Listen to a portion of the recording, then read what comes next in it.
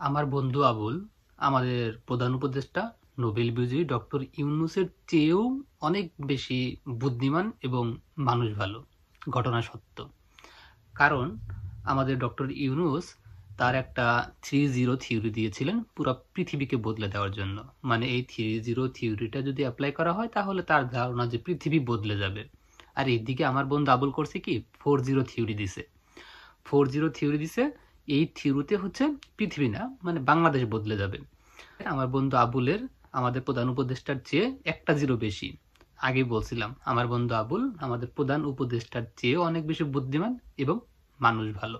তো আমার বন্ধু আবুলের 4-0 থিওরির প্রথম জিরো হচ্ছে পুলিশ বিচার ব্যবস্থা সবকিছু জিরো করে দেওয়া। এখন পুলিশ বিচার ব্যবস্থা সবকিছু জিরো করে দিলে কি হবে? এই পুলিশ বিচার ব্যবস্থা বা এই সবের সাথে জড়িত যে কত কত টাকা মানে আমাদের রাষ্ট্র খরচ করে সেই খরচগুলা বেঁচে যাবে। তো এখন প্রশ্ন আসতে পারে যে যদি পুলিশ টুলিশ না থাকে তাহলে হচ্ছে দুষ্ট লোক, বাংলাদেশের যারা দুষ্ট লোক থাকবে তাদের বিচার কিভাবে করা হবে? আবুলের থিওরি হচ্ছে তাদের বিচার করা হবে মব দিয়ে। কারণ তার মতে মব দিয়ে বিচার করলে সময় কম লাগে, এত কোনো প্যাক না লাগে না, 5 থেকে 10 মিনিটে কাজ শেষ। এবং কি নর্মাল পুলিশ বিচার ব্যবস্থা এভাবে বিচার করলে হয় কি শুধু ওই মানুষটার বিচার করা হয়। আর যদি মব দিয়ে বিচার করেন আপনি ওই মানুষটার বিচার করতে পারবেন, সাথে হচ্ছে তার বাড়ি ঘরও ভাঙচুর করে ফেলতে পারবেন। মানে বাড়ি ঘরের বিচার সহ আপনি করতে পারবেন, কোনো টাকা লাগবে না, ফ্রি। আমার বন্ধু আবুলের দ্বিতীয় জিরো হচ্ছে নারী সংখ্যা, মানে নারীর সংখ্যাটা কমিয়ে আনতে আনতে আনতে আনতে পুরোপুরি জিরোতে আনতে হবে। তো কারণ হচ্ছে কি সে মনে করে যে নারী হচ্ছে যুব সমাজ ধ্বংস করে, যুব সমাজ কাজ না করে নারীর পেছনে লেগে থাকে, মানে একদম পেছনে লেগে থাকে। সো যদি নারীর সংখ্যাটাকে জিরোতে নামিয়ে আনা যায় তাহলে যুব সমাজ কাজ করবে, যুব সমাজ বাংলাদেশ গড়ার কাজ করবে সারাক্ষণ, পেছনে লাগার মতো কোনো কিছু সামনে থাকবে না, এর জন্য তার কাজে মনোযোগী হবে। তো এখন প্রশ্ন আসতে পারে যে যদি নারী সংখ্যা না থাকে তাহলে বংশ বিস্তারটা কিভাবে হবে, বা আমাদের দেশের জনসংখ্যা এটা আস্তে আস্তে কমতে কমতে জিরোতে চলে আসবে। ইয়েস, দ্বিতীয় জিরোর এইটাই হচ্ছে মেন পয়েন্ট।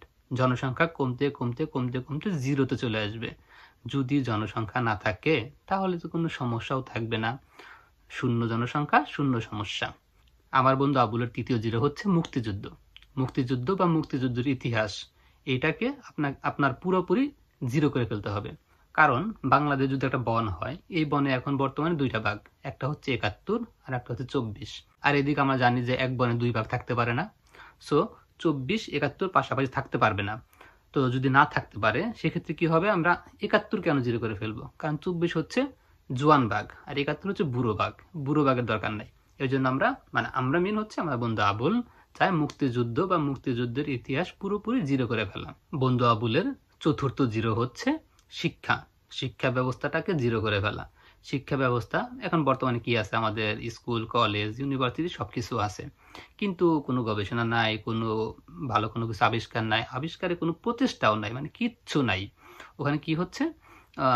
স্টুডেন্টরা মানে ইউনিভার্সিটি লেভেলের স্টুডেন্টরা দিন শেষে একটা রাজনৈতিক পদই চায়, মানে তাদের একটা রাজনৈতিক পদ দরকার। সে কিন্তু স্টুডেন্ট, আবিষ্কার সে চায় না, সে ওগুলা চায় না, সে চায় হচ্ছে রাজনৈতিক একটা পদ।